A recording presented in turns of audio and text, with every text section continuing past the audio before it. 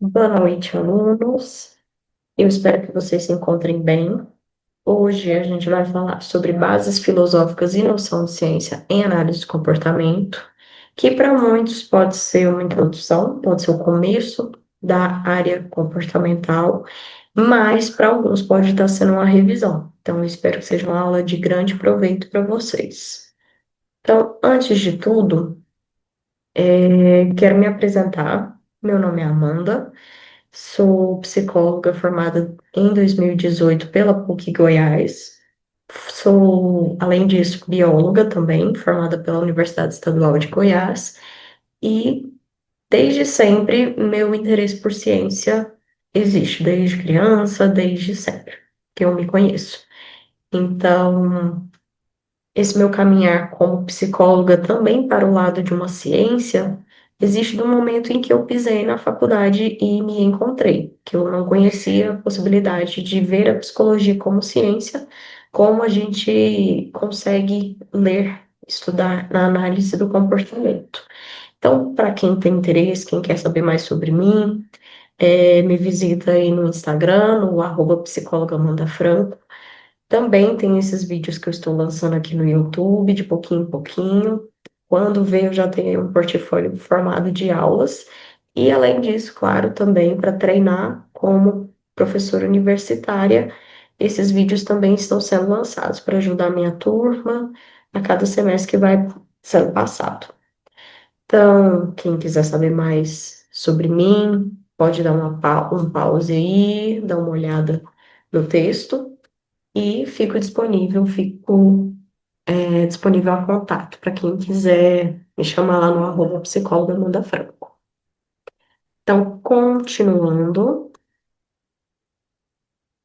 primeiro de tudo, quando a gente fala em análise do comportamento, a gente tem que entender que a análise do comportamento é uma ciência e toda ciência tem uma filosofia por trás que sustenta e que baseia essa ciência.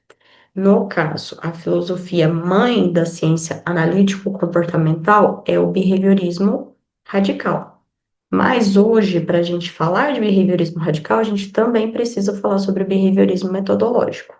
Então, lá no começo dos anos 1910, começo do século XX, o Watson, John Watson, que é esse senhor aqui que tá com essa máscara, ele foi o principal mentor estudioso sobre behaviorismo metodológico.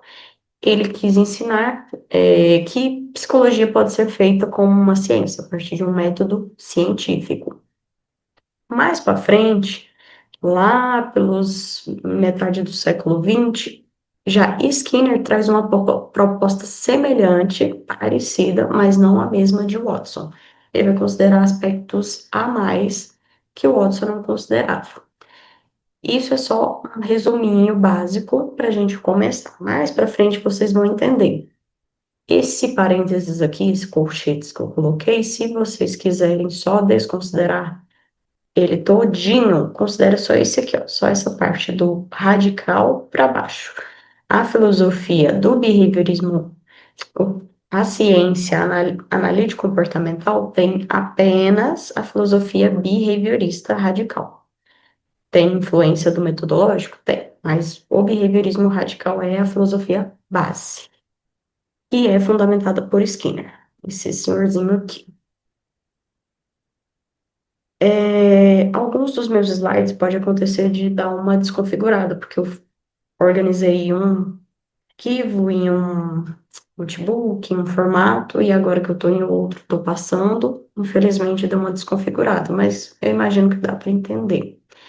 Então, quando a gente vai falar sobre o surgimento do behaviorismo, é importante a gente lembrar que no final do século XIX, a psicologia ainda tinha muitos debates. Para muitos mentores, para muitos estudiosos, não poderia ser vista como ciência. Mas, como eu falei, o Watson viu necessidade de fazer a psicologia como ciência, como a gente vê uma biologia, uma química, uma física.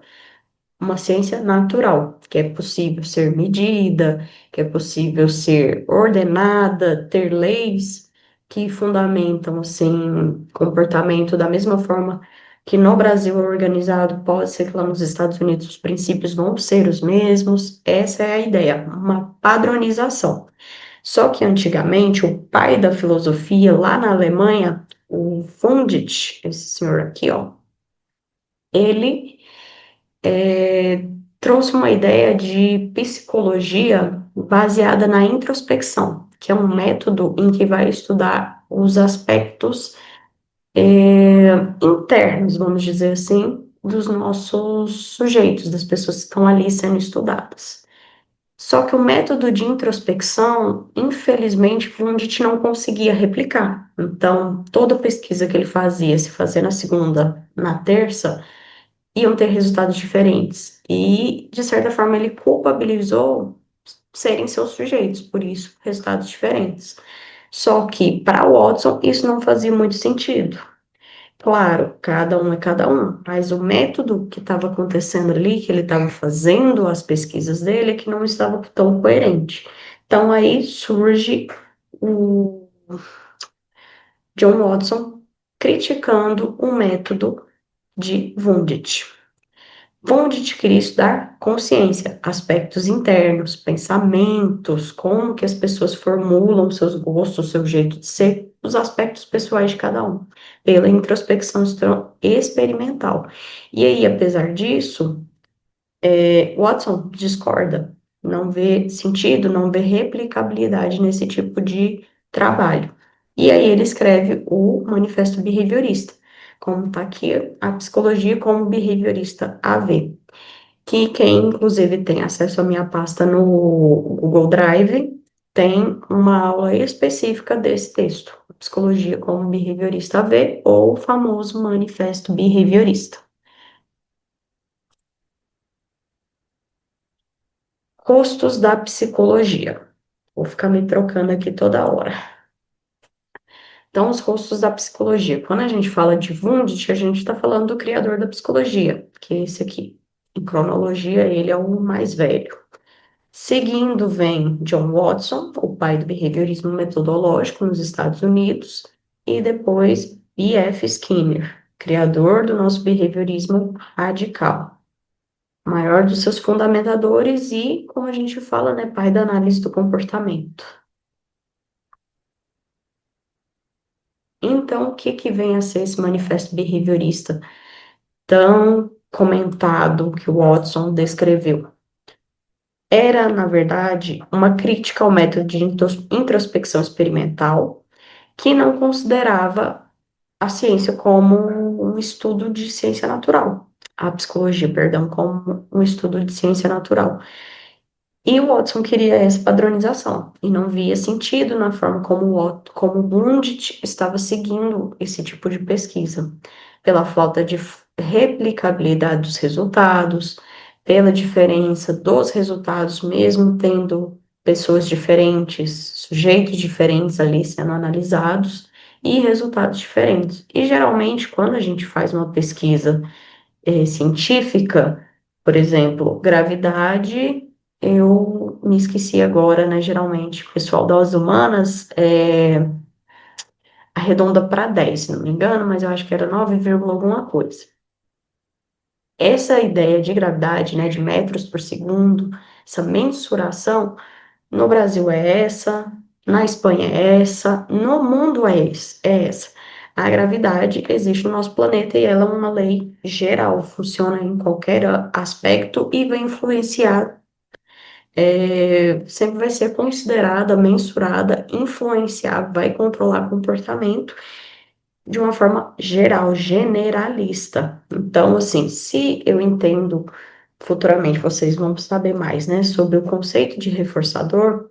O reforçador, ele vai reforçar comportamento, seja em Goiânia, seja em Paris, seja é, em São Paulo, capital, São Paulo, interior, vai ser esse funcionamento de aumentar comportamento, frequência de comportamento, independente do lugar que esteja, porque é um princípio científico.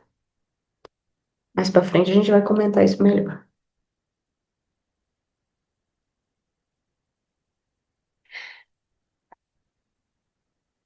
Como eu falei, então, Wundt questionou não o método dele, mas sim os sujeitos.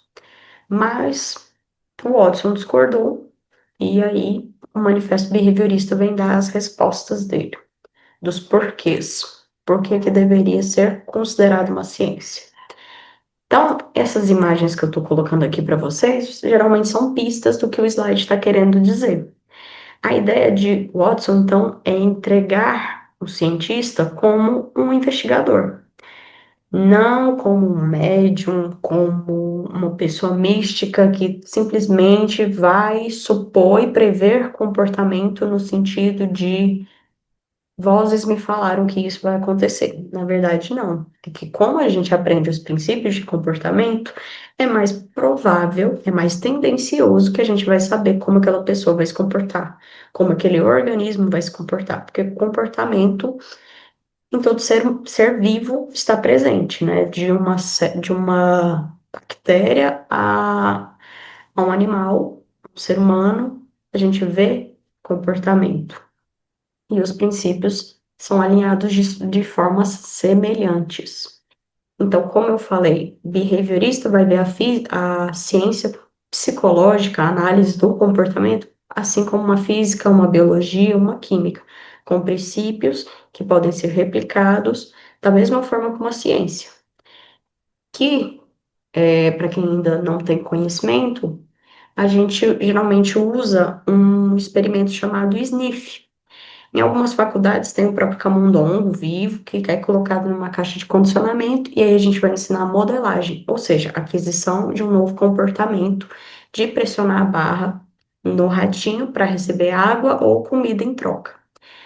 Que mais para frente a gente vai falar sobre os princípios de reforçamento. Mas, em geral, para quem não tem acesso a esse tipo de experimento, também tem o Sniff, Sniff Pro, Sniff Rato Virtual. Geralmente o nome está em inglês.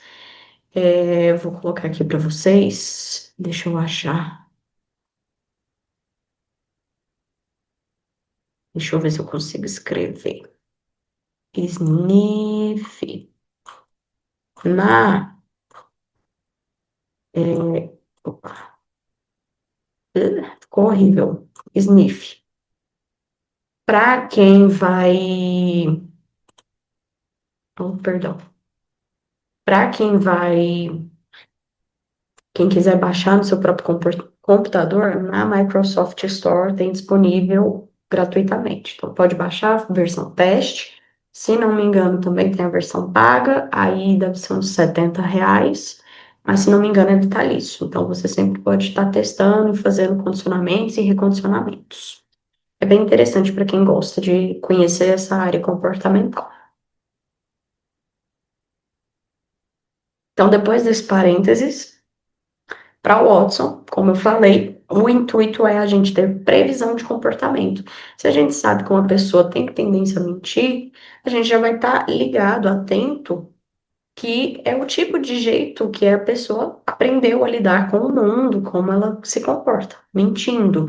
Então, geralmente, a ideia de mentir, né, é para a gente fugir de alguma punição. A gente deixa de contar a verdade, porque provavelmente a verdade é dura demais e aí você vai ser esculhambado, e a gente prefere mentir do que ser esculhambado. Uma forma de fuga ou esquiva natural nossa. Mas para além disso, quando a gente sabe assim, nossa, fulano tem essa tendência de mentir, então a gente já se comporta de uma forma sabendo que fulano vai mentir, então levar as coisas como em verdade. Entender que aquele padrão de comportamento é daquela pessoa e por que que ela mente, né? Quais as razões? Será que quando ela me conta a verdade é uma verdade muito dura e eu vou lá e esculhamo? O que que eu tô fazendo para essa pessoa estar mentindo para mim? Então, observar o nosso ambiente, observar nossos próprios comportamentos e os comportamentos dos outros. E aí a gente vê as tendências que a gente tem de comportamento. Por isso que eu falei, é uma questão de previsibilidade de tendência, mas não de certeza. A gente nunca tem certeza como o comportamento realmente vai se sair, porque o ambiente pode influenciar de formas que a gente não tem ideia. Por exemplo, mais cedo, o meu ambiente aqui, meu espaço físico externo mesmo, estava com uma temperatura ótima. Agora já está com uma temperatura que, por exemplo, me incomoda, está mais quente.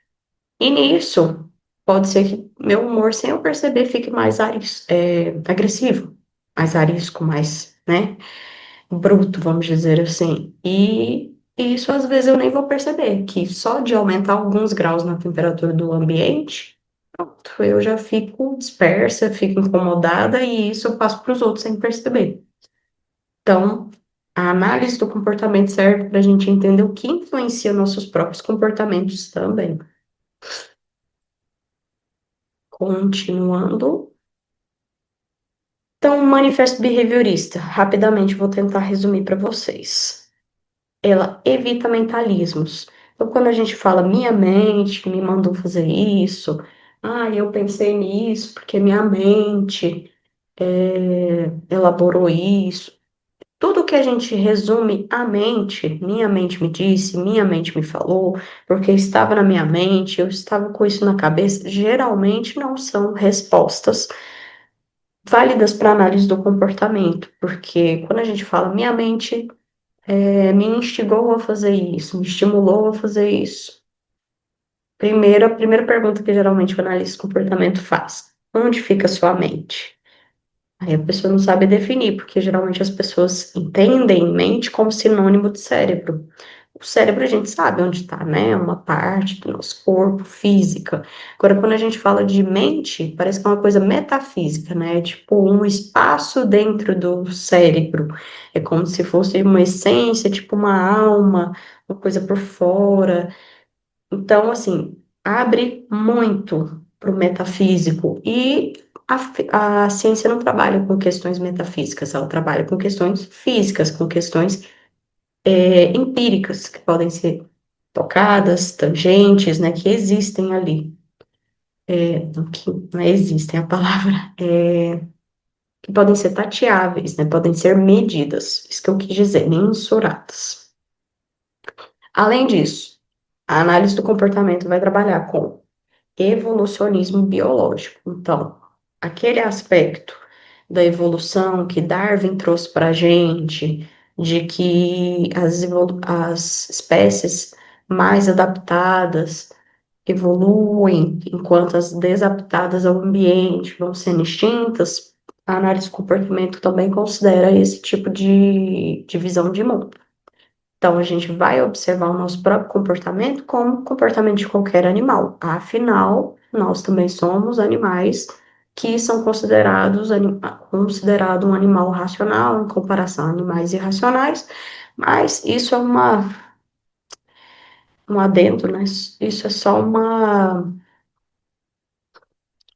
forma mais antiquada da gente falar sobre isso, mas só para ficar de fácil entendimento para vocês. Então, a gente sempre vai partir do comportamento animal para o comportamento humano, porque é mais simples e o nosso é um pouco mais complexo.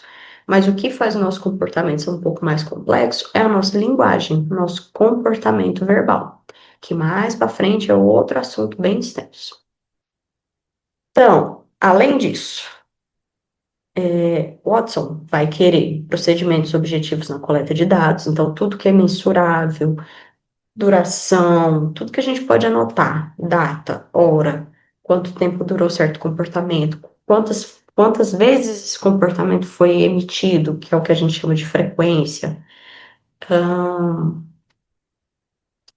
temperatura, cor da sala, tudo que a gente consegue observar e mensurar, a gente vai anotar e registrar.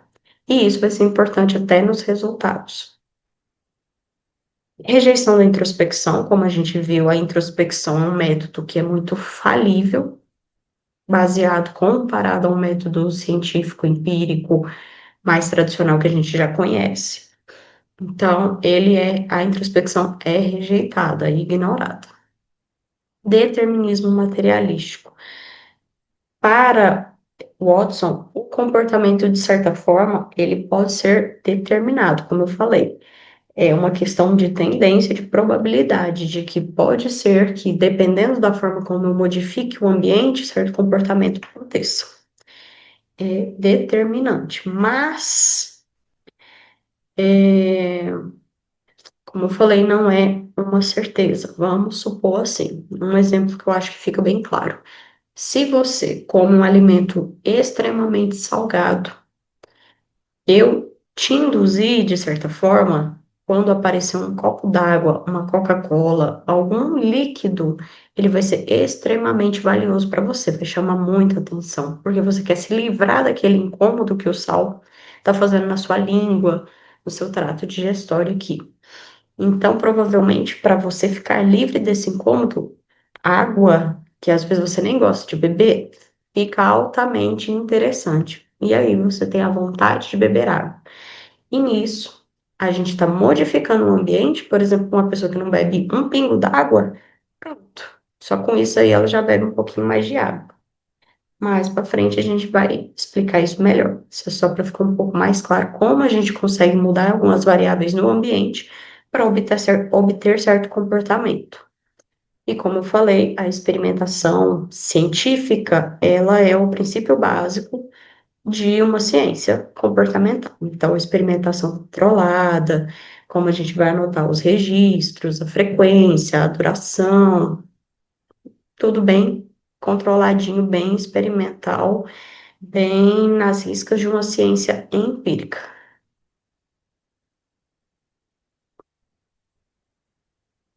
Testes de hipótese, então, quando me surgiu uma dúvida, né, uma hipótese, será que se a temperatura aumenta, as pessoas ficam mais irritadiças? Como que eu vou saber isso? Testando, pesquisando. E geralmente os testes eles vão ser feitos em grupos. Então, por exemplo, um grupo que vai ficar numa temperatura amena, ok. A gente vai observar o comportamento, o humor daquelas pessoas. E outro grupo em que vai passar, por exemplo, por temperaturas mais incômodas, né, com mais quentes. E aí a gente vai observar. Da mesma forma que a gente vai intervir em um, a gente vai intervir no outro. Vamos supor assim, eu quero descobrir o humor deles, eu vou fazer as mesmas perguntas. Cutucando essa ideia do humor, se tá bem, se tá incomodado, as mesmas perguntas, mas a gente vai observar o que muda é a temperatura. E dependendo se a temperatura realmente muda e o humor muda, a gente pode afirmar que sim, temperaturas mais altas deixam pessoas irritadiças. Então a hipótese sempre vai ser uma pergunta. E a gente precisa testar para a gente ter essa resposta. Observação tem que ser consensual. Então, observação também vai partir de outro grupo de experimentadores, e o meu colega cientista, ele também tem que ter o mesmo ponto de vista meu. Então, quando, por exemplo, no sniff, meu coleguinha que está fazendo o sniff comigo, ele tem que entender que o se limpar, que é aquele comportamento que o rato limpa o rosto com as patinhas, é o mesmo que eu tô vendo. Às vezes ele acha que o se limpar é só quando ele se coça assim na orelha. A gente precisa entrar num padrão até para a gente poder é, marcar a frequência, registrar a frequência de uma forma padronizada. Então, a observação consensual de um grupo de experimentadores e também, claro, considerando que o nosso sujeito ele também vai estar sabendo que ele está sendo, de certa forma, testado. A gente não vai falar o que que a gente está testando nele, mas ele vai sim saber que ele está participando por algum tipo de experimento. Isso é uma questão de ética. E para trazer uma questão também polêmica, que para muitas pessoas não faz muito sentido, que tem um pouco de dificuldade de entender isso, é que Skinner, Watson, na verdade, ele vai, da mesma forma que ele não aceita a ideia de falar sobre mente, que a minha mente me produziu tal comportamento, me deu vontade, me motivou, me estimulou, a gente também não pode usar simplesmente uma parte do corpo para a gente definir comportamento. Tipo, meu cérebro me mandou fazer isso. Ah, eu senti isso no coração, senti uma vontade no coração, no aspecto emocional mesmo, não físico do coração. Então, para Watson, o corpo, o organismo, ele funciona de uma forma só. Então, se eu tenho uma crise de ansiedade, vamos supor, é porque meus olhos observaram alguma coisa, Minha respiração mudou também junto. Meus batimentos cardíacos, às vezes pessoas suam, então não é uma coisa separada, é uma coisa, um organismo em conjunto. Acontece um engatilhando o outro, um estimulando o outro. E são coisas que mais para frente a gente vai entender que são ensinadas em certa parte, e outra parte a gente já vem com uma bagagem desde nascidos. Por exemplo, nosso coração acelerar quando a gente toma um susto, ninguém precisou nos ensinar. Mas dependendo do susto que você toma, vamos supor assim, você pode se assustar com um escorpião. E isso foi ensinado por alguma pessoa. Vamos supor, se você conhece alguém que já foi picado por escorpião, ou uma pessoa, ou você mesmo já teve contato com escorpião, foi uma situação legal. Mas aí você vê, sei lá, um balão roxo e não se assusta. Mas na hora que o balão roxo se estoura, você se assusta. Dependendo até da forma como você se assusta, se é um susto normal, né, que todo mundo tem aquele sobressalto, ou se é uma coisa mais exagerada. Isso tudo depende também dos aspectos da sua vida, como você aprendeu a lidar com certos medos, certos estímulos. Então, resumindo tudo que eu falei, a análise do comportamento é uma ciência que vai estudar comportamento com rigor científico. Então, podem lembrar do analista de comportamento como se fosse aquele cientista de jalequinho, de óculos, dentro de um laboratório. É isso. O analista de comportamento, ele vai ser extremamente rigoroso no aspecto científico. E agora a gente vai falar sobre o behaviorismo radical de Skinner. Agora a gente vai deixar um pouco o Watson para trás e vamos ficar mais atualizados no conceito aí, nos conceitos de Skinner. Para quem é pouco entendido do inglês, quando a gente fala behaviorismo, a gente está falando só comportamentalismo. Behavior em inglês é comportamento. Então, quando a gente fala ciência behaviorista, filosofia behaviorista, a gente está falando simplesmente de comportamentalismo, ao pé da letra. Então, o behaviorismo radical é a filosofia da análise do comportamento, como eu falei para vocês. Geralmente eu resumo a análise do comportamento como a C, aqui, a C, e o livro principal para a gente entender sobre filosofia behaviorista é o sobre o behaviorismo, do próprio Skinner. E o behaviorismo, para o analista do comportamento, ele vai ser uma visão de mundo. A partir do momento que você entende o behaviorismo, quer seguir pelo caminho analítico comportamental, a gente consegue ver o mundo de uma outra forma, nessa base de filosofia, que as coisas têm um contexto para acontecer, que elas são estimuladas, que depende do histórico de vida. Geralmente é automatizado. A gente pega esse tipo de conteúdo e automatiza. Já é natural do analista de comportamento ver uma situação e começar a confabular essas questões.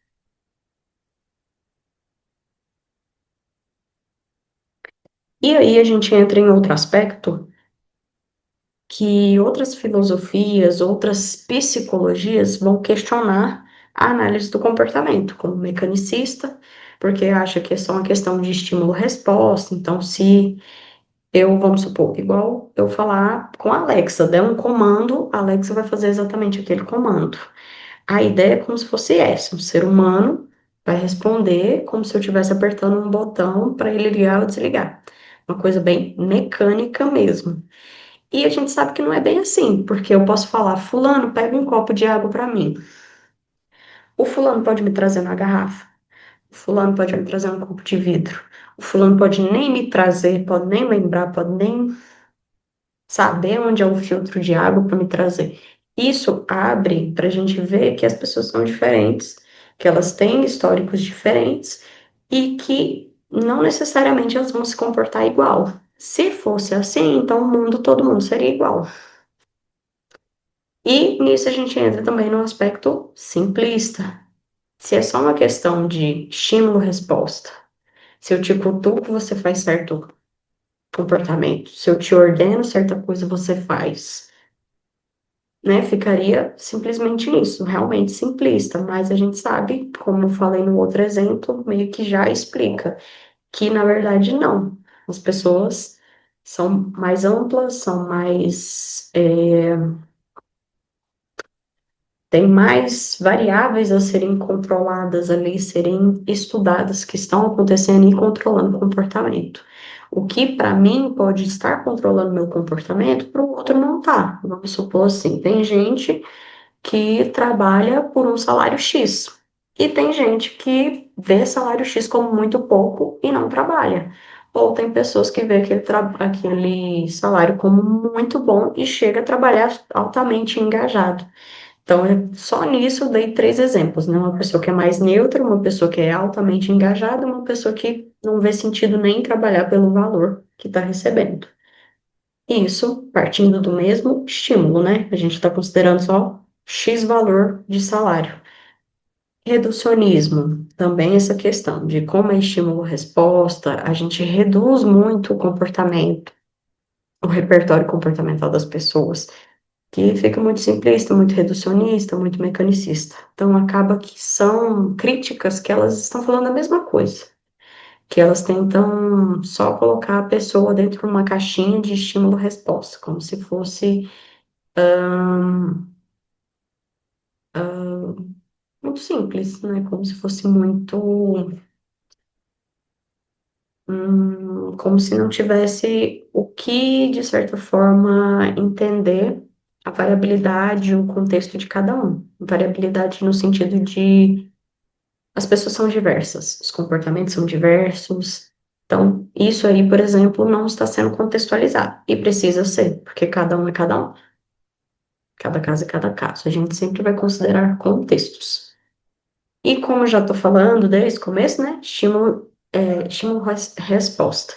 Mais para frente, vocês vão entender o que que são comportamentos reflexos, respondentes, inatos. Todos esses nomes que eu falei são sinônimos. E os comportamentos operantes. A maioria dos nossos comportamentos são comportamentos operantes.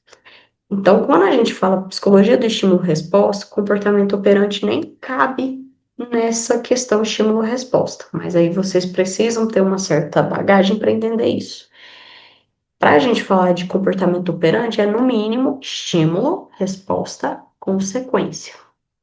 Então, aqui a gente já não entra em estímulo-resposta, já entra pelo menos em três termos. Então, já é uma inverdade. Mais para frente eu vou argumentar isso melhor com vocês. Fundamentação teórica. Então, se a análise do comportamento não usa causa e efeito, como eu falei de estímulo-resposta, do que ela vai usar? Por que ela não usa causa e efeito? Como eu falei, eu posso fazer a mesma ordem para a Alexa e ela vai responder da mesma forma. Agora, eu posso chamar três pessoas diferentes, as três vão se comportar de formas diferentes, as três vão interpretar de formas diferentes. E, principalmente, dependendo do contexto, eu ainda posso induzir mais. Exemplo, se eu falar a palavra manga, tem gente que vai pensar na manga fruta. Mas se eu tiver no contexto que eu estou mexendo na roupa e falar manga, a pessoa pode pensar em roupa, na parte da roupa. Então, tem como a gente também induzir até isso para padronizar certo comportamento ou fazer algum teste. Isso é só um exemplo. E nisso aí a gente já não está falando de causa e efeito, a gente já abre um pouco mais o leque. Mas vocês vão entender melhor isso em comportamento operante. E quando a gente fala muito de causa e efeito, a gente lembra dessa questão de efeito dominó. Então, se a gente clica alguma coisa, engatilha uma que engatilha a outra, e não é bem assim. Depende muito da consequência que a gente vai fazer. Depende muito do ambiente, se vai ser reforçador, se não vai ser. Então, como eu falei, mais para frente a gente entra no aspecto do comportamento operante. Já trazendo um pedacinho disso. Para a gente entender, então, causa e efeito, que não faz sentido, a gente precisa entender o ambiente, o contexto, o que, que é as condições antecedentes, que vem antes do comportamento que a gente está observando, e as condições consequentes. Então, por exemplo, aqui. Esse aqui é o antecedente, o SD, e o consequente é esse SR. A gente está falando aqui de uma contingência reforçadora, positiva. Mais para frente, vou explicar melhorzinho, para não ficar tão repetitivo. Só que só para entender. Então, aqui a gente fala de causa e efeito, estímulo-resposta. Lembra que eu falei que é dois termos? Aqui a gente já viu pelo menos três. Então, já corta aquele argumento ali. Quando a gente põe qualquer tipo de comportamento nesse formato aqui, a gente vai fazer uma análise funcional, que está aqui por trás, infelizmente. A imagem tampou, que está escrito análise funcional. E a análise funcional para o analista do comportamento, ela é imprescindível para a gente entender como que comportamento acontece, em que contexto, quais são as consequências, aumenta de frequência, diminui de frequência, tudo isso é observável. Então, aqui está toda a legenda, para quem quiser entender mais sobre reforçamento. Então, SD, estímulo discriminativo, R é resposta ou próprio comportamento, o SR mais é estímulo reforçador positivo.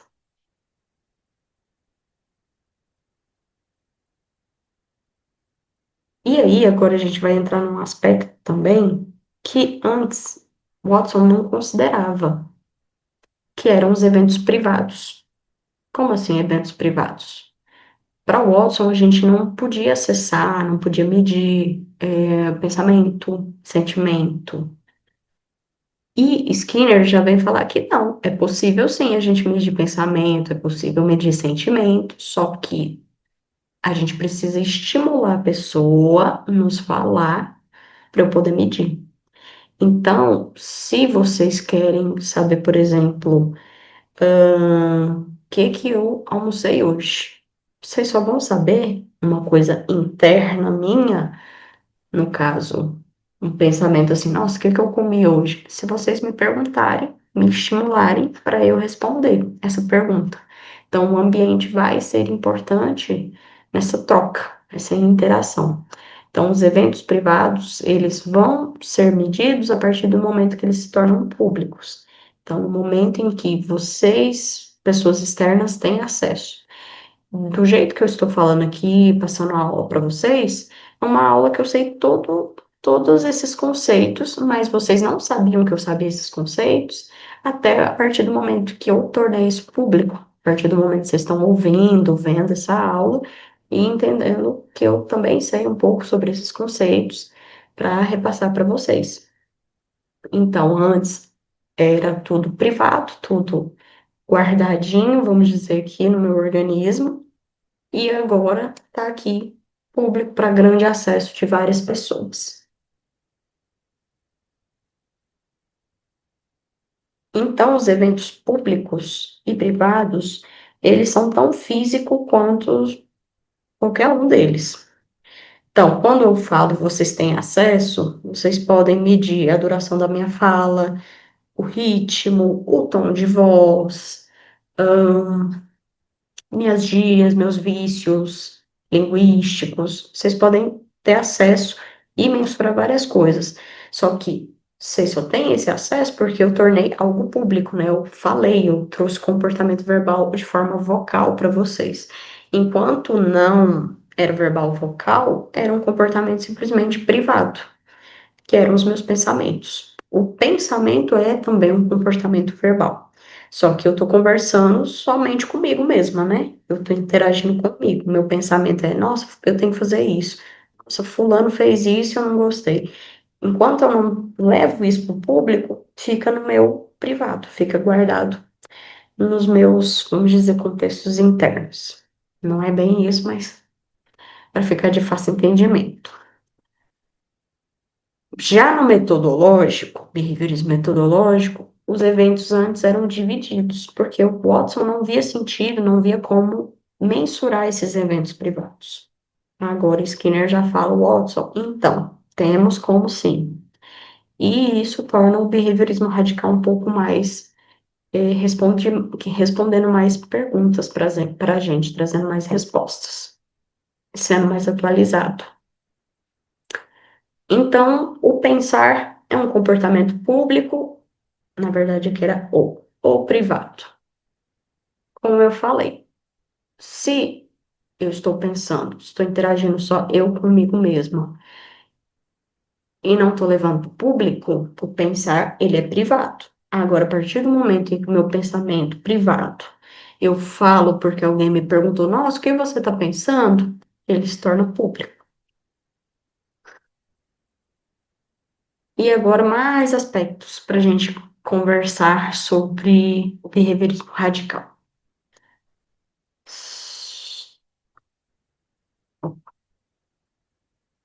Primeiro que monismo. O que que vem a ser o monismo? Mono vem de um. Então, monoteísmo, um Deus, monocromático, uma cor, mono é um, único. Monismo, a gente está falando de uma dimensão, de uma realidade. Como assim? Para certas filosofias, existe o dualismo. O que que vem a ser o dualismo? Corpo é um, alma é outro. Duo, separado. O monismo, ele vai juntar. Tudo é uma coisa só. Então, pensamento, sentimento, essência, alma, os comportamentos em geral, só uma dimensão. Então, a gente vai medir pensamento, pensamento, sentimento, o meu comportamento, frequência de comportamento de comer, de falar, da mesma forma. Tudo é comportamento. E isso nos ajuda como cientistas no critério de verdade, efetividade e concordância entre os observadores, para um uso de uma padronização da ciência, de comportamento, de frequência, como eu tinha comentado sobre o ratinho, na hora que a gente falou sobre comportamento se limpar.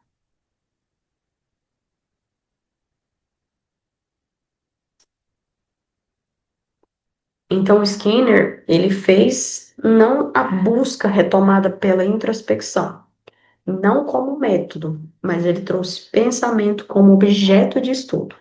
Pensamento sendo comportamento.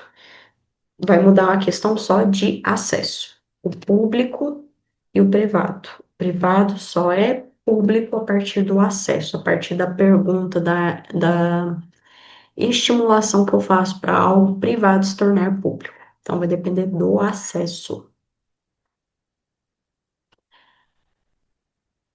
Então, Skinner traz para nós a ideia de comportamento. Da mesma forma que Darwin trouxe a seleção natural, os comportamentos vão ser selecionados por suas consequências.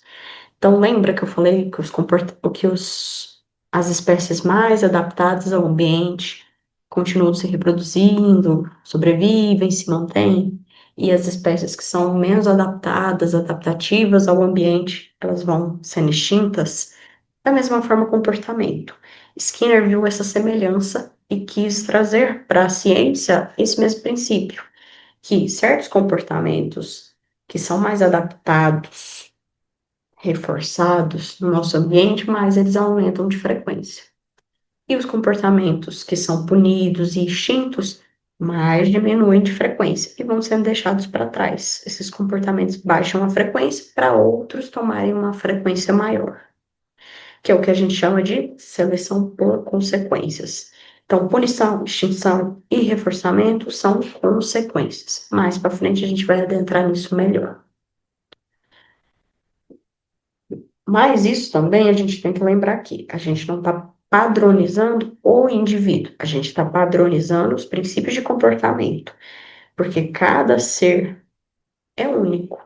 Cada um nasceu num contexto, cada um tem uma história de vida, cada um tem seus sentimentos, seus medos, suas raivas, seus defeitos. Cada um é único. Então, o ambiente foi muito importante na formação de cada um. E o meu ambiente não é o mesmo do seu ambiente. Quando a gente fala ambiente, não é um ambiente necessariamente fisicamente externo. Mais para frente a gente vai entrar nesse aspecto. Para uma criança atípica, o ambiente altamente iluminado incomoda. extremamente barulhento, incomoda, mas é o mesmo ambiente físico. Eu posso estar junto dessa pessoa e não estar incomodada. E para essa pessoa está extremamente incômodo, aversivo. Mesmo ambiente físico, mas psicologicamente falando, os ambientes são altamente diferentes. Para mim, eu estou tranquila, para ele, não. Está sendo altamente aversivo, altamente incômodo.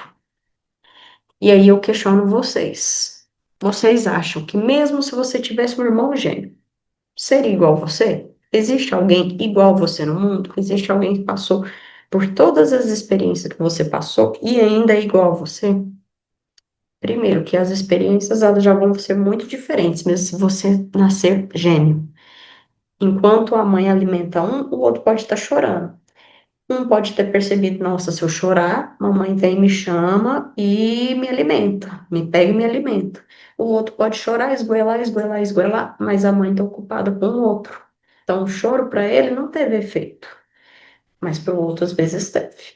Nisso aí as coisas já começam a mudar na visão de mundo, na interpretação de mundo de cada um. Então a gente vai sempre ver semelhança entre Darwin e Skinner. Sempre vai ter semelhança entre Darwin e Skinner.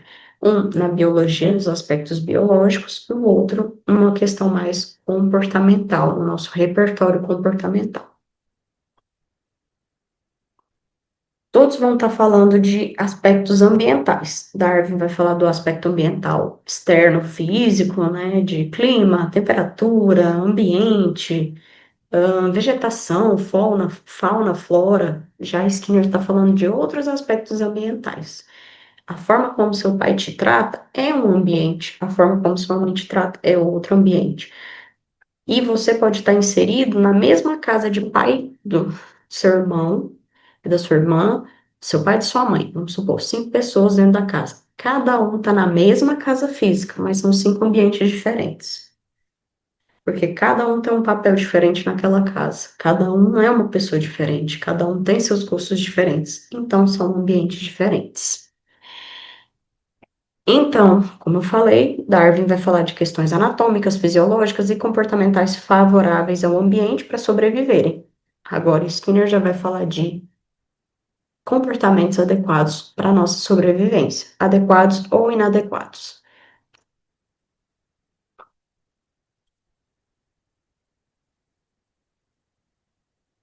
E a gente também precisa falar de um aspecto de que o comportamento respondente, inato e reflexo, que eu falei mais para trás com vocês, eles são os comportamentos que a gente já nasce com eles. Se eu tenho aqui uma luz batendo nos meus olhos, provavelmente minha pupila vai contrair, porque a luz em excesso pode machucar meus olhos. Mas se eu desligar toda a luz e ficar tudo escuro, minha pupila vai aumentar, vai dilatar para procurar alguma fonte de luz para eu conseguir enxergar. E isso ninguém ensinou os meus olhos, ninguém me ensinou. Isso eu já nasci com. Da mesma forma que o médico, quando a gente nasce, não bate no joelho do bebê para testar certos reflexos, da mesma forma que cai uma gotinha de limão na boca do neném e ele saliva, faz aquela cara ruim, ninguém ensinou, simplesmente é do nosso corpo. E aí, futuramente, no caso, quando a criança ainda estiver aprendendo questões de fala, se eu falar para ela, por exemplo, limão, ou imagine chupando um limão. Eu não preciso nem pôr o limão na boca, a criança vai salivar. Simplesmente, a pessoa vai salivar. Se eu falar para vocês, torta de limão, suco de limão, eu estou salivando. Porque o ácido, quando cai na nossa língua, né, dá aquele incômodo, aquele amargo, o azedo, né? E a gente produz saliva para dar uma diluída, para não ficar tão, né, travado aqui.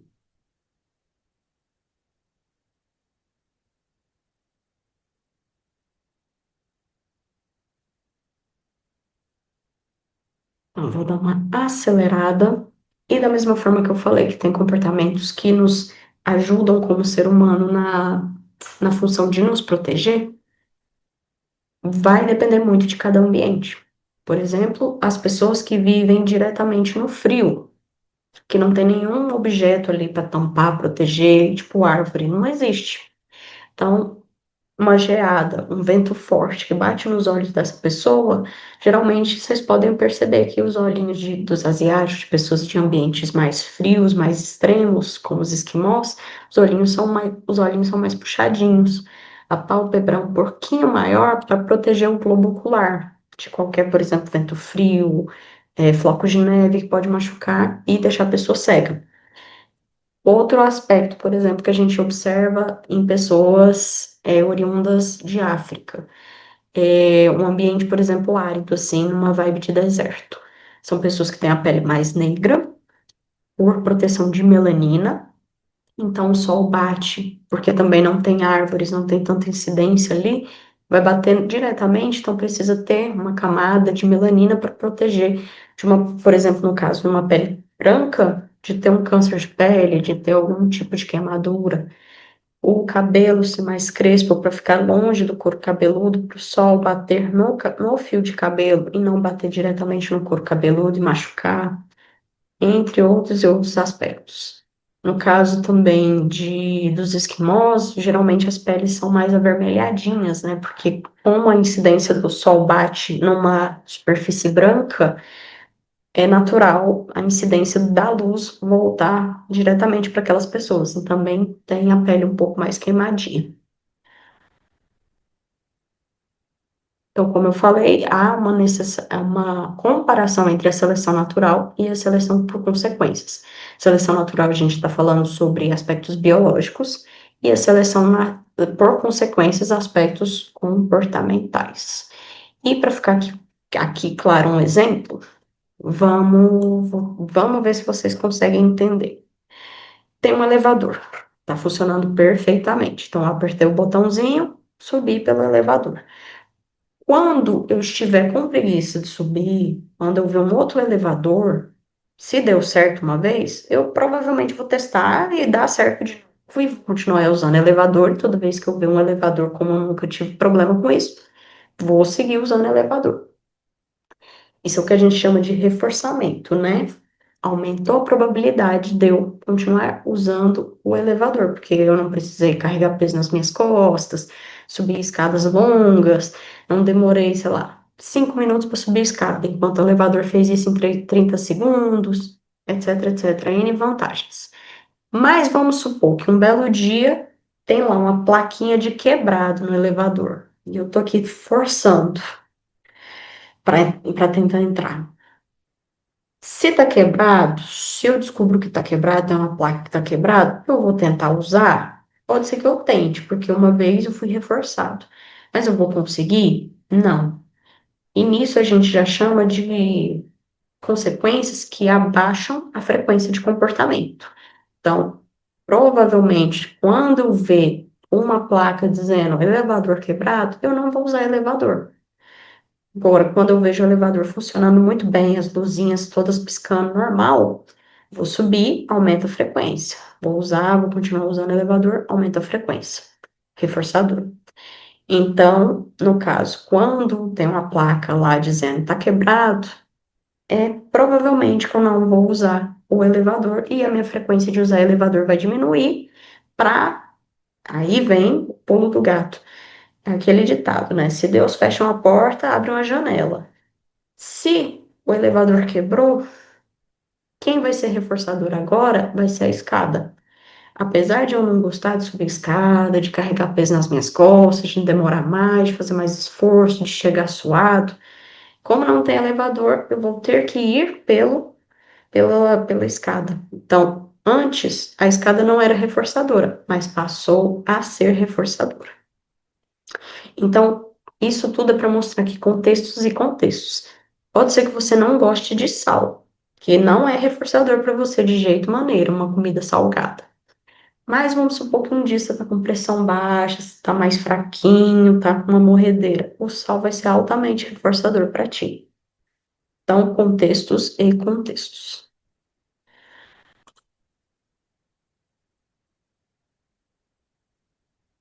E isso é o que a gente chama de variabilidade comportamental. Então, quando a gente muda comportamento, a gente fala de variabilidade. Se antes eu usava elevador, agora eu uso escada. Se eu não uso a escada, procura uma outra forma de subir, não sei. Vamos supor assim, essa questão mesmo dos alimentos, né? Se eu não gosto de sal, eu vou procurar o doce, mas vamos supor que doce me saturou, aí eu vou procurar sal, mas às vezes o sal já me saturou, e eu vou procurar um líquido. Variabilidade, vai mudando o comportamento. Isso é altamente importante para a gente, como pessoas e seres vivos. A gente procura novos repertórios. Isso é altamente saudável e reforçador para a gente. E isso tudo, essa forma de variar, é o que nos ajudou, nos instigou, nos reforçou a aprender como falar, como escrever, a ser quem a gente é.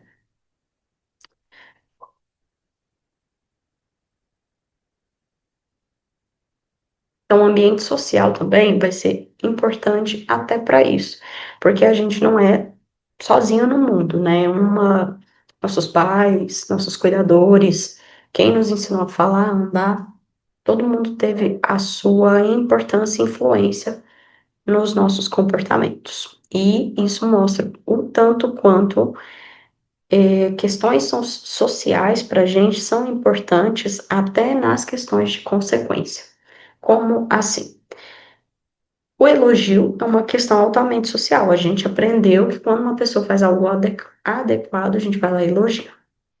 O elogio é nos ensinado que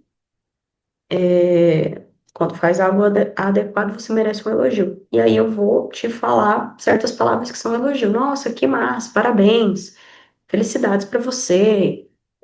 Você fez muito bem, bom trabalho. Isso é social, a gente aprendeu. E tem pessoas que só de receber esse tipo de crítica positiva, pronto, melhora a frequência de trabalho, se sente mais motivado, etc, etc, etc. Da mesma forma, uma coisa ruim, quando a pessoa faz algo errado e a gente esculhamba, caceta, briga com a pessoa. É, nossa, você está sendo a pior pessoa nesse aspecto. Nossa, que vergonha. Isso tudo faz a gente sentir vergonha, tristeza, e isso tudo foi condicionado de forma social, até os nossos sentimentos também. E aí, agora, para a gente comentar uma questão que é como que isso começa, esse aspecto social, muito é lá do começo, de quando a gente já é bebê, que nossos pais interagem com a gente dentro já da barriga da mãe, quando a gente nasce e a gente faz alguns sons que são julgados parecidos com alguma palavra, tipo papai, mamãe, e a nossa mãe sorri, nosso pai interage, isso tudo é reforçador para nós, né? A atenção é importante para nós no aspecto fisiológico, biológico e também social. A gente precisa de atenção para sobreviver, né? Nossos pais precisaram destinar um tempo da vida deles, dar atenção para a gente, para que a gente sobrevivesse. E a fala, a linguagem, ela surge exatamente nessa interação com outras pessoas. Nossas regras, aspectos sociais que são ensinados, geralmente partem dessa seleção cultural.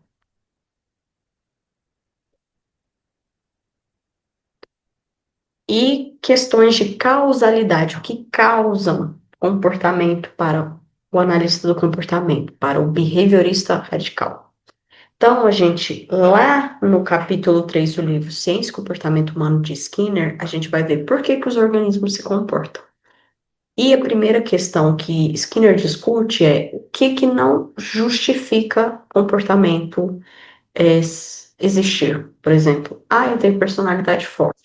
Não é exatamente isso que faz você ter uma personalidade forte. Será que não são pessoas que reforçam certos comportamentos inadequados? E aí você continua repetindo o que a gente chama de personalidade forte. A astrologia, o Mercúrio retrógrado, eu ser do signo tal ou tal, justifica certos comportamentos, vamos supor igual. Sou de touro, significa então que eu gosto de comer bastante. Sou uma pessoa gulosa, comilona. Hereditariedade genética. Por que não justifica? Porque tem pessoas que têm aquela questão de, ai, meu pai é tímido, minha mãe é tímida, então eu também vou ser tímido. Acho que é uma questão de que o comportamento é hereditário. E questão genética também, por exemplo, se meu pai tem tendência a ser obeso, eu também tenho tendência a ser obeso, e isso é genético, eu simplesmente é um destino que me cabe. Não necessariamente. Para análise de comportamento, a gente não enxerga dessa forma. A gente nos vê seres humanos como seres que interagem com o ambiente. A gente não é só vítima do ambiente, a gente não só recebe essas informações, a gente também tem como manejar e controlar. Se eu sei que fisiologicamente realmente eu tenho uma tendência a ser comer mais, ser mais propenso, ser gordinho, então vamos caprichar mais no que eu vou comer. Se eu como muito, então, dependendo do alimento que eu comer, não vai pesar no meu corpo. Então, se eu for comer muito, mas comer frutas, verduras, beber bastante água para saciar essa fome tão incontrolável, já não vai pesar quanto comer só hambúrguer e batatinha. É isso que eu tô querendo dizer. Então, frases assim, pau que nasce torto, morre torto, se eu sou tímido, minha mãe é tímida, meu filho será tímido e pronto. Na verdade, não funciona para análise do comportamento, até porque a gente busca, na verdade, é o que, como psicólogos, é a mudança, é que as pessoas mudem, e geralmente para melhor, quando elas buscam uma ajuda em consultório. Causas neurais, que é o que eu expliquei da mente, do cérebro, o organismo funciona em um geral, uma amplitude completa, né? Uma completude, complemento. Enfim, como algo completo. Causas internas psíquicas, né? As fonte voz da minha cabeça me falaram isso. É porque eu tenho depressão, que eu faço certas coisas. Então, assim, isso não justifica comportamento. A gente justificar comportamento, entender por que o comportamento acontece, geralmente a gente vai na origem. Então, a gente vai observar quando começou. Vamos supor, a pessoa começou a fumar perto de um luto, perto da perda de um emprego, perto da perda de um relacionamento. E aí a gente vai montando um quebra-cabeça do como começou, o que mantém e o que mantém hoje e futuramente.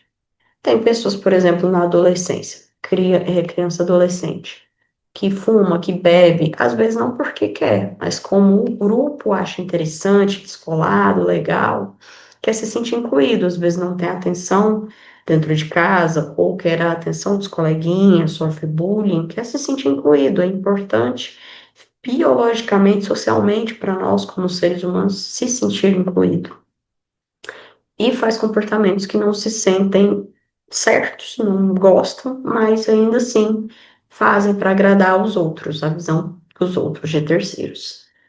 Então a gente tem que ter cuidado com explicações que nos dão falsa impressão que está explicando algo, mas na verdade não está.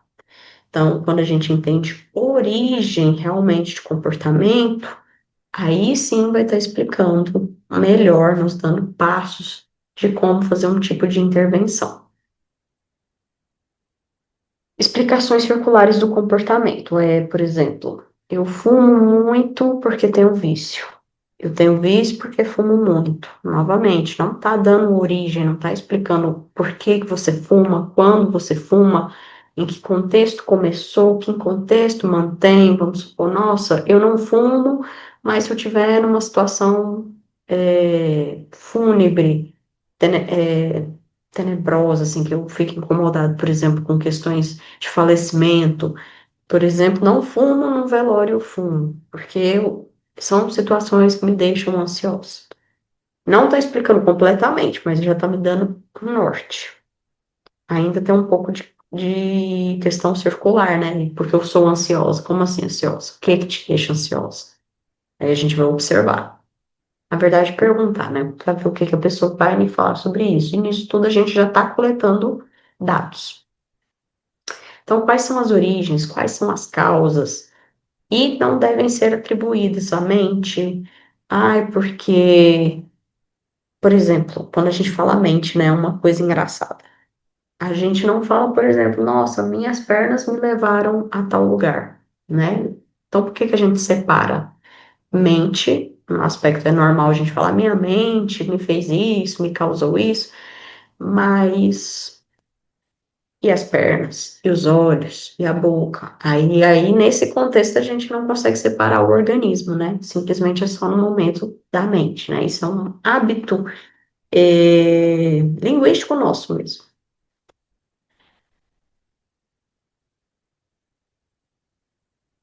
Então, geralmente as causas, as origens de certos comportamentos vão estar na história de interações com o ambiente dessa pessoa.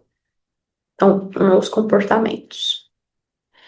Então, para nós, analistas de comportamentos, eu, id, ego, superego, mente, self, consciência, mente, self, consciência, tudo está sendo meio que sinônimo, não está explicando nada para gente. Minha consciência pesou, por isso eu fiz isso. Eu entendo socialmente o que a pessoa está querendo me dizer isso, mas não é que sua consciência pesou, né? Onde é que fica a sua consciência? Eu entendi socialmente o que a pessoa está querendo dizer, né? Que ela se sentiu culpada por alguma coisa. Mas aí a gente vai procurar a solução, a intervenção, a origem a partir do que eu vou questionar para ela, do discurso dela. Então, o homem, na visão behaviorista radical, não é vítima, não é passivo do mundo, interage o tempo todo. A ideia de comportamento, a gente sempre vai estar falando de uma interação, lembra de antecedente, consequência, e a resposta está lá no meio, o comportamento está no meio. Então, a gente precisa sempre observar que é uma interação entre esses três itens: o estímulo antecedente, resposta, estímulo consequente. Lá atrás, lá naqueles slides mais para trás. Então, quando a gente fala daquilo, a gente está falando de interações. Comportamento não acontece no vácuo, não acontece sozinho. É uma interação. Então, quando a gente pergunta, e qual que é o objeto de estudo da análise do comportamento, né? Igual biologia. O que que a gente estuda em biologia? Biologia é a ciência que estuda a vida. O que estuda embriologia? É a ciência que estuda o embrião a partir do momento da fecundação, enfim, o desenvolvimento humano nesse aspecto embrionário. E a análise do comportamento, o que que ela estuda? Normalmente as pessoas falariam comportamento, mas aí eu acabei de falar para vocês, se comportamento não existe no vácuo, não existe sozinho, isolado, a análise do comportamento é estudo do quê? Interações. Então, a gente sempre precisa ter isso na ponta da língua. A análise do comportamento é o estudo de interações. Que tá bem aqui, ó.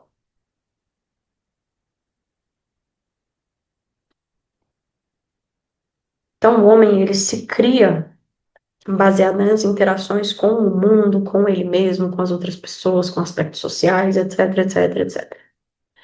O homem não vai ser considerado vítima, não vai ser considerado passivo do mundo, do ambiente, de questões inconscientes, de estruturas de ego, superego, como personalidade, instintos.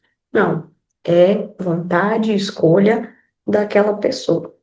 Claro, a gente precisa observar o contexto da pessoa. Por exemplo, uma pessoa que vive em um ambiente que ela precisa roubar para comer. Ela está tendo escolha? Sim e não. A gente precisa observar até que ponto ela está tendo escolha e em que ponto não está tendo escolha. Lembrando que em psicologia a gente não tem aquilo de julgar certo e errado. Então a gente suspende essa questão de valores para a gente observar a função de comportamento, entender aquela pessoa, entender aquele contexto numa completude, né? No aspecto completo. De novo, não consegui falar a palavra. Então, o ser humano, ele é um ser histórico, vai depender do ponto de vista histórico dele. A partir do momento em que o ser humano é fecundado, isso aí entra no nosso aspecto. Então, já é uma interação com o mundo, já está acontecendo ali, apesar de a gente não ter sentidos formados, etc, etc, a gente já está inserido no mundo. Aspecto social também entra naquela questão de, eu sou brasileira, eu sou goiana, eu gosto ou não gosto de pequi, eu falo com o R arrastado, esses aspectos sociais que fazem, culturais, que fazem eu ser quem eu sou, falar como eu falo, meus trejeitos, etc, etc, etc, etc.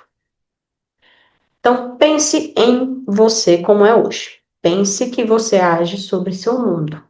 Nesse turbilhão de interações com o seu mundo, principalmente com as pessoas que o cercam, que você aprende a ser quem você é, aprende as habilidades que tem, os defeitos que tem, as virtudes que tem, sua maneira de pensar e de sentir, aprende também a ter consciência de quem você é e entre inúmeras outras coisas, até a consciência do mundo em que se vive. Observe isso. Como eu perguntei lá para trás, você acha que tem alguém igual a você, considerando todos esses aspectos mínimos? Em geral, a gente já acha, não, não tem. Mas e aí, quando a gente ainda aprofunda, será que tem como ter pessoas com interações tão semelhantes para chegar a ponto de ser igual a você? Uhum. Um exemplo, né? Esse exemplo é um pouco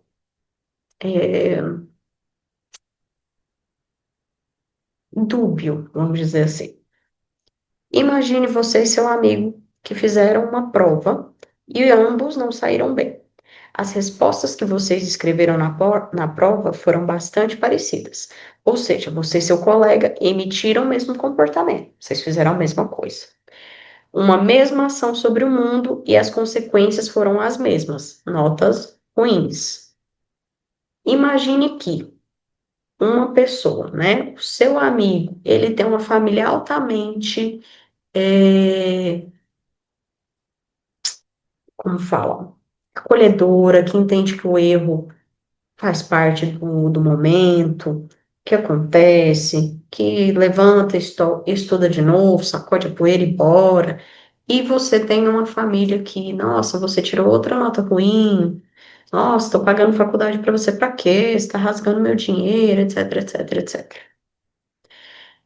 Qual de vocês você acha que poderia largar a faculdade? Quem está sendo acolhido ou quem está sendo reprimido? E, em tese, em tendência, a gente vai falar quem está sendo reprimido, né? Porque é muito mais provável que desista, né? Porque ele está sendo desestimulado. Mas já me responderam assim, depende. E geralmente é o melhor jeito de responder mesmo. Depende. Por quê? Porque vamos supor que essa pessoa que erra e aí foi acolhida. Será que eu estou reforçando o comportamento dele de ficar folgado? Depende.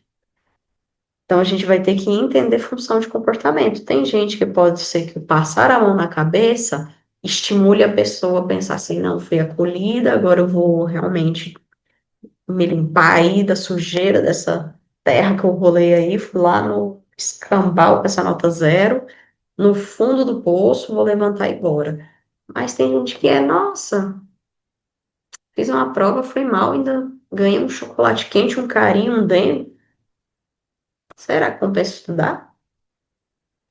Então, depende, realmente vai depender da função de comportamento. Tem pessoas que, sendo acolhidas, pode ser altamente estimulante, motivador, mas tem pessoas que pode ser que folgue com isso, né? Use de malícia para com isso.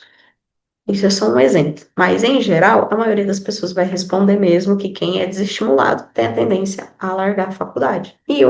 A gente vai pensar realmente por essa ordem de lógica. Mais para frente, quando a gente entender função de comportamento, aí é mais fácil realmente responder depende. E aí nós entramos agora na questão de proposta de ciência de comportamento. Geralmente eu trabalho com os alunos em sala de aulas propostas sobre conhecimento comum, filosófico, religioso, só para a gente ter uma diferença. Mas para encurtar aqui o caminho, a análise do comportamento, como vocês viram, vai sempre partir de um rigor científico. Religioso, com suas doutrinas religiosas? Não. Ai, tal religião trabalha de tal forma, tal religião tem proibições assim, assim, assado. A análise do comportamento não vai por esse lado, vai para o lado do conhecimento científico. Filosófico, sim, tem tendências do behaviorismo radical, mas behaviorismo radical é filosofia, a gente vai trabalhar com ciência.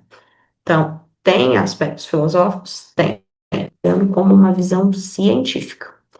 Conhecimento comum, que é aquele senso comum que geralmente nossas vós, pais mais antigos têm, né? De, ai, toma um chá de alecrim para ficar com a pele mais bonita. Ai, toma chá de canela que desce logo. São esses aspectos. Mas senso comum. Se a gente investiga para dizer realmente acontece, nossa, tal evento na canela é vasodilatador, nananana. Aí, sim, a gente está fazendo ciência. Se não, isso é o senso comum. É só um conhecimento que da nossa avó foi passado para nossa mãe, que foi passado para a gente, e quem sabe vai passar para as gerações futuras.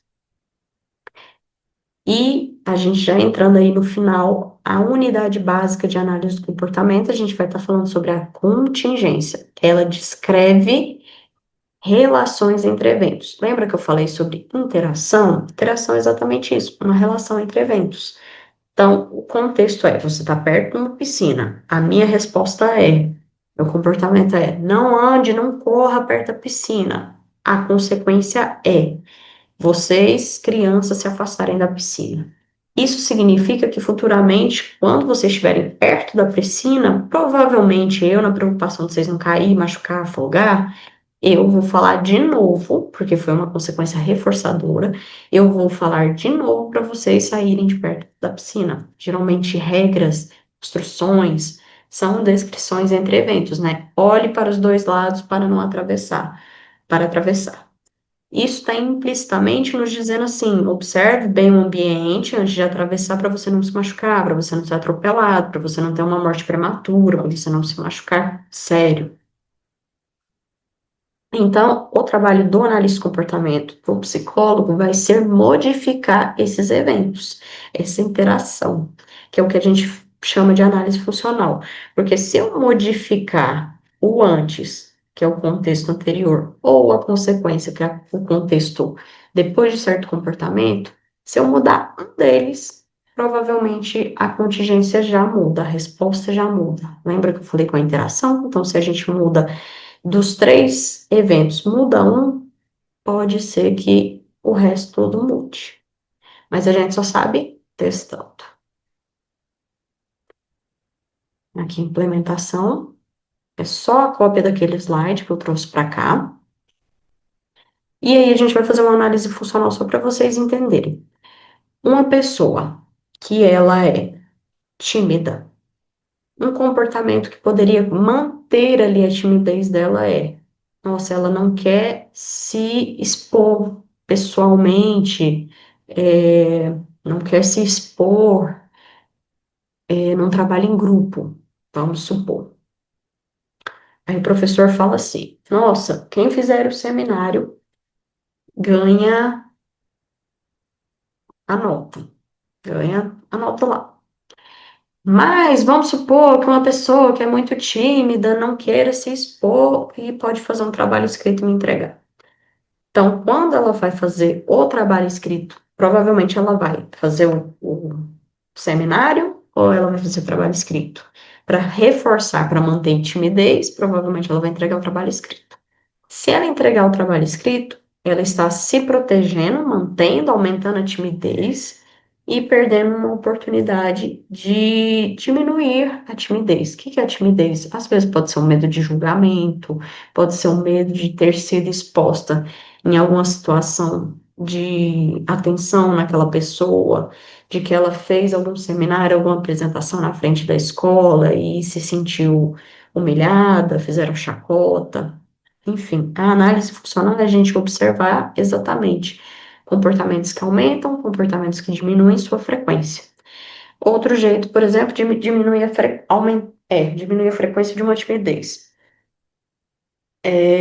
Uma pessoa geralmente fala por ela, tipo, ai, pede uma água ali pra mim, por favor. E aí vem alguém, o anfitrião da casa, e pergunta, ah, fulana, você quer água? E aí a pessoa que fala por você, ela fica calada, pra te forçar a falar. Reforçou a timidez ou reforçou a exposição? Falar público. Falar público. Então aí a timidez diminui em tendência. Isso é só para vocês clarearem quando eu falo essa questão de aumentar a frequência, diminuir a frequência.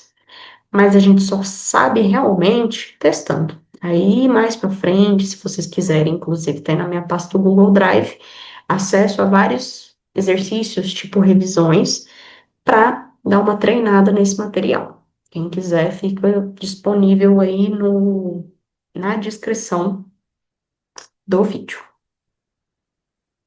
Previsão e controle para a gente ir fechando. Previsão e controle, como eu falei, não é um intuito da gente controlar a pessoa a um nível tóxico de prender a pessoa no pé da cama. Não é isso. É que a gente sabe se a pessoa, como eu falei para vocês, se a pessoa tem tendência a mentir, para eu não ir na lábia dela e às vezes cometer algum agafe porque eu acreditei naquele discurso, é eu entender que aquela pessoa mente e não dá corda, não dá moral. É tipo, aham, sei. E não repassar aquela informação inválida para frente. Isso tudo é como eu falei, a gente entende ordem, a gente entende previsibilidade de comportamento, a gente sabe como reforçar a pessoa a continuar nos dizendo mentiras e sabe também como punir ou extinguir comportamento para aquela pessoa começar a nos dizer as verdades. E também reforçar certos comportamentos que são adequados.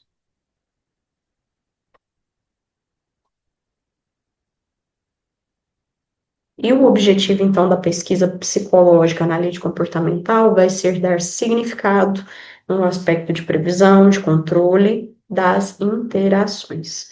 Entender como elas influenciam, alteram a nossa probabilidade de ocorrência de comportamentos, para a gente poder prever como vão acontecer tais comportamentos.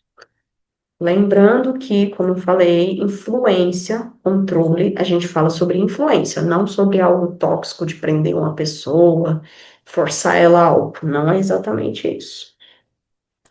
E o comportamento, como eu falei, ele é multideterminado. Enquanto para várias pessoas um chocolate pode ser altamente reforçador e interessante, para outras pessoas, pessoa, por exemplo, diabética, o chocolate não faz sentido. Porque provavelmente vai ter mais efeitos aversivos depois na pessoa, né, no aspecto de saúde dela, do que fazer bem, efetivamente, né? Aquele gosto docinho na boca vai passar, mas as consequências no seu corpo vão ficar.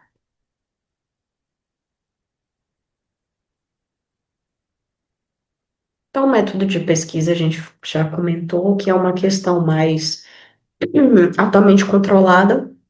Então, a gente vai observar barulho, temperatura. Se a gente quiser fazer uma prova, por exemplo, bem feita, então local silencioso, temperatura amena, descansado, vamos supor, acordei bem, vou trabalhar, vou estudar agora, então meu rendimento vai ser outra coisa. Tem pessoas que são altamente noturnas, então a hora do dia para ela pode ser que seja à noite. Por exemplo, eu sou uma pessoa mais diurna, meu melhor horário para estar atenta às coisas é amanhã, a parte da manhã.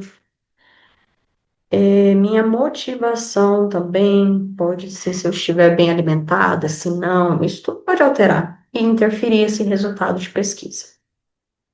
Então, além disso, também pesquisar o melhor delineamento para uma pesquisa. Se eu quero fazer uma pesquisa com rigor científico, não vai ser, por exemplo, uma introspecção. A gente vai pelo método skinneriano, watsoniano, mais rigoroso de pesquisa. E esses aqui são alguns exemplos, né? O sujeito como próprio controle, que é quando você avalia o seu próprio comportamento com o seu próprio comportamento no passado ou no futuro, quando tá tudo bem registradinho, vamos supor, estou tentando parar de fumar. Antes eu fumava 10 cigarros, agora eu já caí para 5 cigarros. Então eu já consegui observar nos meus gráficos isso, uma diminuição, que são as pesquisas experimentais, que é tudo registrado, que é tudo bem organizado, bem documentado.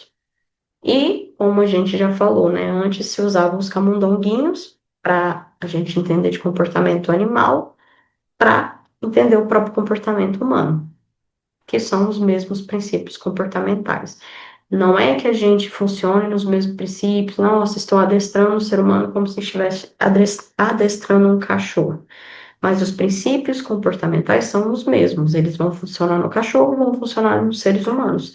Só que a nossa complexidade é um pouco maior, porque quando a gente entra no aspecto de comportamento verbal, aí tem assunto, é pano para manga. E a caixa de Skinner, depois eu vou trazer para vocês uma imagem, vocês podem olhar no Google o que que vem a ser a caixa de Skinner ou caixa de condicionamento operante. Eu vou deixar esse estudo de caso aqui para vocês, mas para a aula não ficar tão longa, vocês podem olhar, fazer uma análise funcional.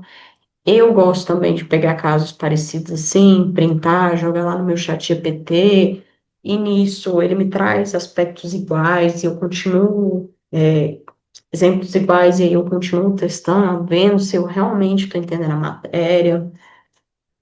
Então, para finalizar aqui nosso vídeo, vou deixar aqui em aberto para vocês irem olhando. Essa apresentação também está no Google Drive, quem tiver interesse. Minhas referências, que foi o livro da Martha Hubner, capítulo 1, Base Filosófica e Noção de Ciência pela Análise do Comportamento. E para fechar, quis trazer essa frase emblemática do Skinner, que ensinar é simplesmente o arranjo de contingências de reforçamento.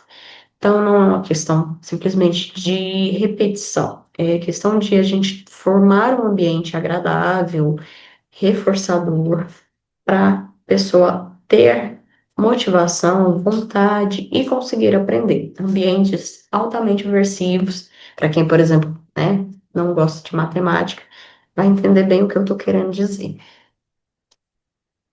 Muito obrigada. Obrigada por estarem aqui observando mais um vídeo, participando. Curtam, deem um like aí, comentem. Se tiverem alguma dúvida, conforme o tempo for passando, eu for recebendo as notificações, eu vou entrando em contato.